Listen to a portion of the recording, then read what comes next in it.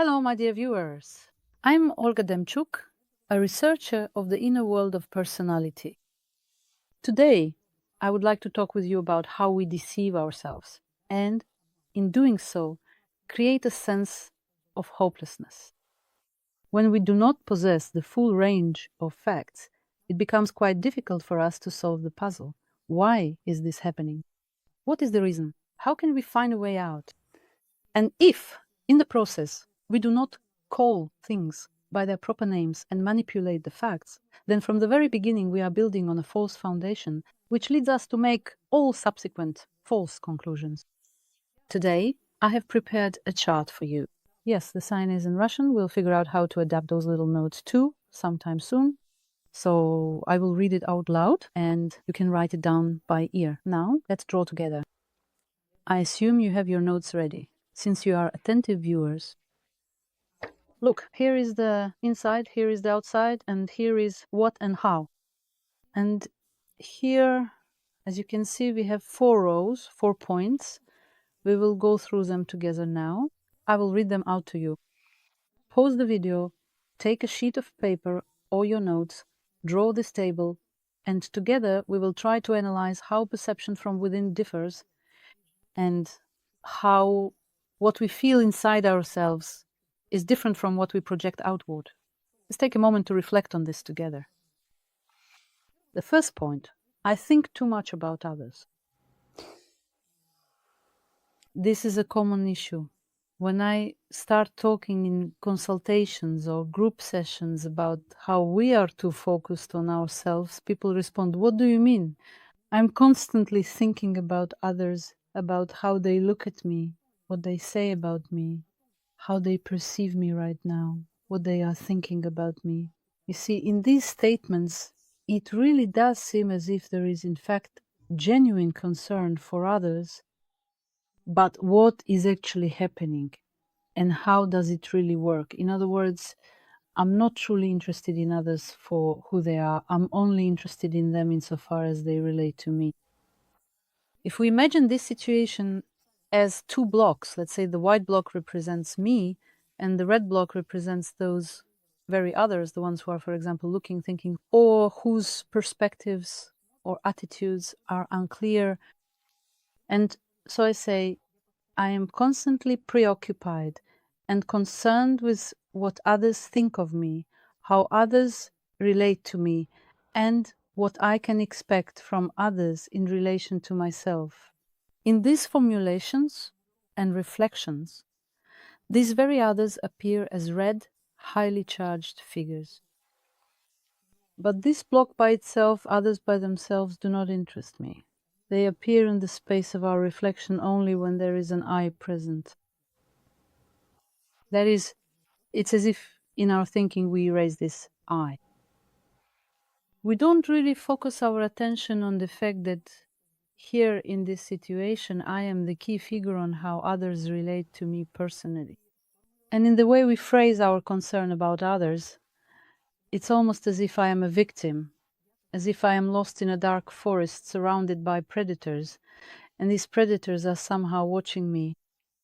In other words, initially, when a person tries to understand what is happening to them, how to change themselves, they perceive themselves as a victim who is being attacked. In the early stages of psychoanalysis, a person constantly talks about others who behave in ways that are not as they would like. These are grievances against others, these are accusations directed at others, and I am always unhappy, I am always the victim.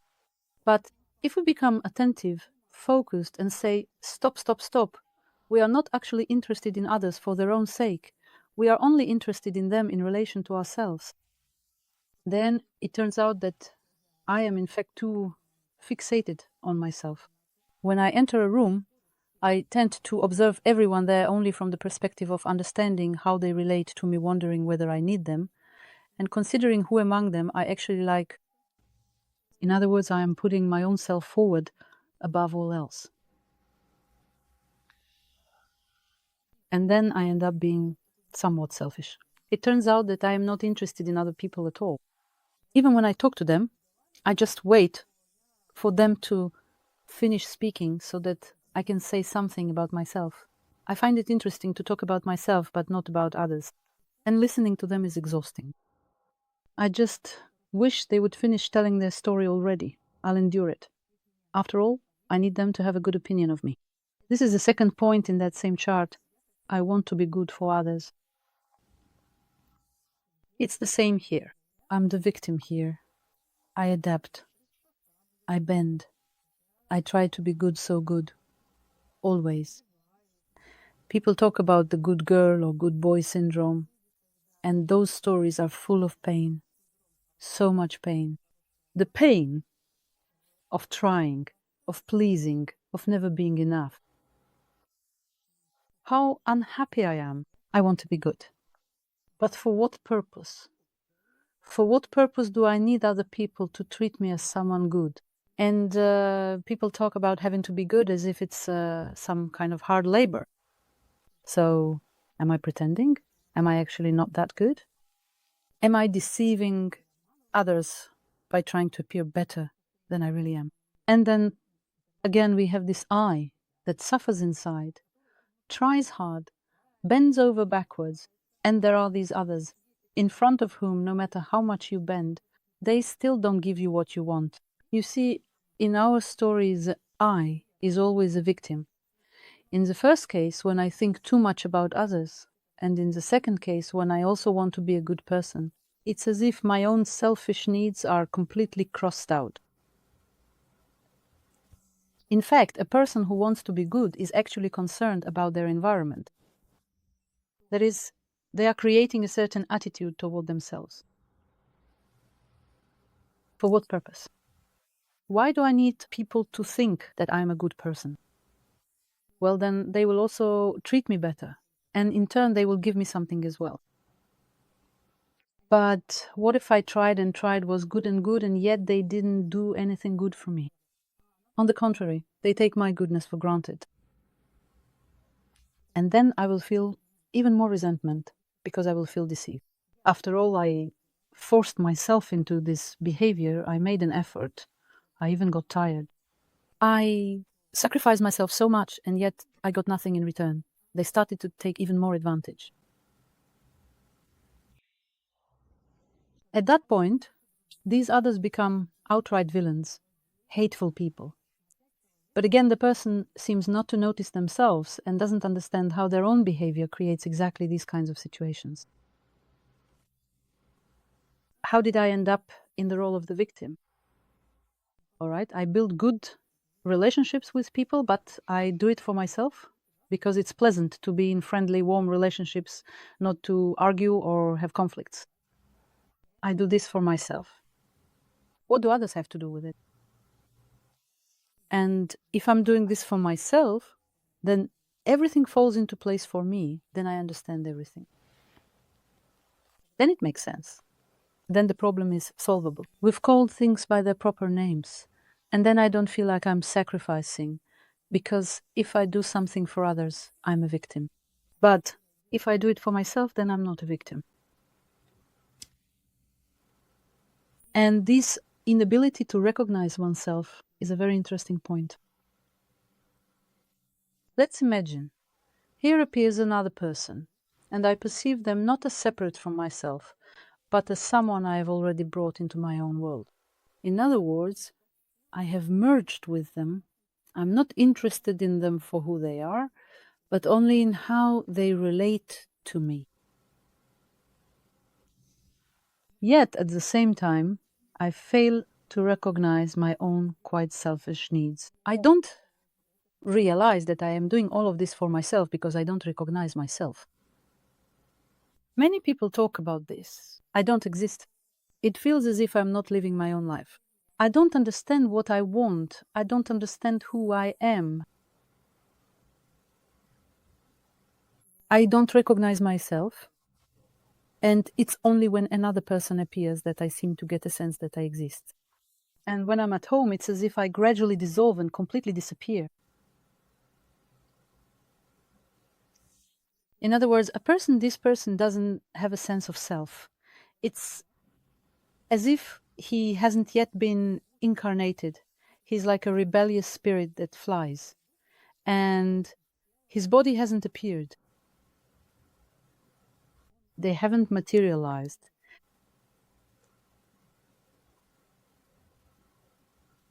Why? Why does this happen? After all, if I don't recognize my own self, I can't claim my own emotions as mine. Then all my emotions arise only because someone else is doing something to me. If I don't recognize and truly become aware of my own self, then I won't be able to change anything about it. People often ask, so what should I do? They constantly ask questions about how to influence the red cube. What should I do with the red cube so that it gives me the milk I need? What should I do? What should I say? How should I behave? And again, the self is absent. The self does not change. It isn't even recognized. So, what is it that people are improving? What are they working on, if not on the self? They're working on how to do something with the red cube, and once again, it turns into pretense. Once again, I become like a trained dog that has learned new commands. Why is the self not recognized? Because when a person does recognize it, they start making demands of it. It isn't the way they want it to be. The sense of hopelessness I experience when my life doesn't change and I don't understand how to change it. I understand that something is wrong with her, but I can't do anything precisely because we are trying to change our lives by influencing the outside world. But you can't always influence the external world. Sure, you can attend 1,000 trainings and learn instructions on how to deal with aggressive people, but those won't work in real life because the self hasn't changed. Because a person can't distinguish where their own emotions are. And these emotions arise because of my own particular characteristics. And where is my reaction to someone else's behavior? Everything is mixed up. What's mine and what's someone else's sits unclear. And because the self hasn't been discovered, a person feels this sense of hopelessness. So, in order for me to change myself, I first need to find myself, but when I do find myself, I end up hating myself because I'm not the way I'm supposed to be. And that's another misconception. This is that sense of hopelessness. Because a person doesn't want to identify with their real self, that they say, is this really me? No way, that's not me. And the fourth point, I hate myself. I hate myself. As if there were some options, as if you could move into another body, be reborn in a different body. But why do we hate ourselves? Look at what an interesting misconception this is. I hate myself. That is, I hate myself as someone who cannot provide me with the life I deserve. This kind of hatred often arises towards spouses, when the person we're closest to can't give us what we believe we need in order to be happy, to feel whole, or to finally feel at peace. This sense of entitlement appears, and the same entitlement is directed at ourselves. So, ladies and gentlemen, let's sum up. We have certain misconceptions that arise because we do not call things by their proper names. We are even afraid to admit to ourselves that we are quite selfish, and that we are good not because we are truly good, but because we want something from others. And that we are not concerned with how other people see us, but rather with the effect we have on them. We are interested in them only as a mirror, as an environment that we care about. And after learning all this about themselves, a person is horrified and says, I am a monster, refusing to accept the facts. That's exactly right. Yes, that's how it is. And what makes it monstrous is only the idealized image we have of ourselves, where I am kind, radiant, and wonderful. But then, why do we have to pretend to be good? Why do we need to exert some kind of influence on ourselves to be good if we are already so good? And when we break this spell together, when we expose this self-deception, it becomes clear to us. At the very least, we step out of the victim mindset. At the very least, we stop making demands, and at best, we discover our true self. Once we have discovered our true self, we learn to look at it without aggression and to change our real self, rather than the fantasy image we have of ourselves. Now, let's take a look at how this appears from the outside. All 4 points. For example, I am preoccupied with how others see me.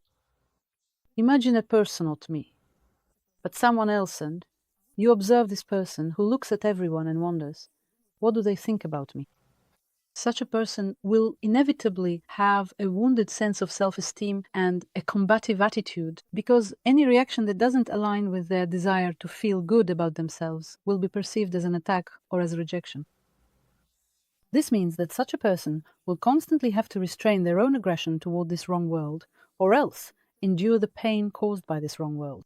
In this victim state, in this self-absorption where I fail to recognize my true self that wants to control the world, it feels as though I am always suffering. And I don't really perceive this suffering as a signal like, perhaps I should change my own worldview so that my self-esteem isn't quite so sensitive. This is the kind of frightened person who tries to control everything, because it's important to them how everything looks at them and what it thinks, and this tends to evoke rather unpleasant feelings. So, on the inside, I appear frightened, but on the outside, I might come across as quite combative. After all, I'm preparing for battle. I need to fend off an attack. That is, on the inside, I'm a victim, like a little cat who's scared. But on the outside, I'm very much a combative woman with a wounded pride, who reacts sharply to everything that's said to her. And when I want to be good, just imagine a person wants to be good, they start trying to please you, to bend over backwards for you, offering something, some kind of help. They become intrusive, and it feels like they're clinging to you. So on the inside, I need to achieve this sense of being good. I depend on it. I feel like a victim who is trying hard. But on the outside, I come across as a rather intrusive woman who will later make demands if you don't reciprocate. There's a sense of hopelessness inside. And on the outside, I feel that hopelessness too. I don't change. Imagine how difficult it is to be friends with someone who is stuck in hopelessness. They're boring, they don't change, they have no new ideas. They're always the same, and you end up having the same conversations with them. And, well, they're not interesting to be around. And when a person hates themselves on the inside, when I hate myself, when I'm suffering on the outside, I'll either boast or try to assert myself. People who harbor hatred toward their real selves often end up boasting either about their pain, telling stories of how others have hurt them, or about their past achievements, even ones that happened 10 years ago, as if trying to prove their worth to the world. Or, by searching for flaws, they discuss other people who are bad or wrong, and so we return to that same sense of hopelessness and predictability. That's why it's so important to understand that what I feel inside does not always match what is happening on the outside, what is actually going on. Because from the perspective of my inner world, I feel one thing, but in reality, it often turns out to be something completely different. In other words, from the standpoint of my inner world, of course, I want everyone to respond to me positively. I want everyone to think of me as a good person. Naturally, I want to know all the little secrets of how to influence this world, and I suffer when I don't have that knowledge. But let's take a look at ourselves from the outside. You see, there, everything is completely different. We'll talk later about the difference between what's inside and what's outside. About this very boundary where I end and another person begins, about the ability to distinguish between the two. This is what I feel on the inside, and that is what happens on the outside. This is how I seem to myself from within. But what am I like on the outside? Subscribe to the channel so you don't miss new insights. And I would like to ask you to be creators yourselves, and also try to find some misconceptions. You see, now we're moving on to some serious assignments, right? For thoughtful, experienced people, look for a misconception in which a person feels like a victim. Try to analyze it using the same approach and write about it in the comments or in your own notes. If this video resonated with you, take a look around the channel. There's more to explore here on the channel. Each video offers a new perspective. Thank you for being here. Stay close to yourself. See you soon!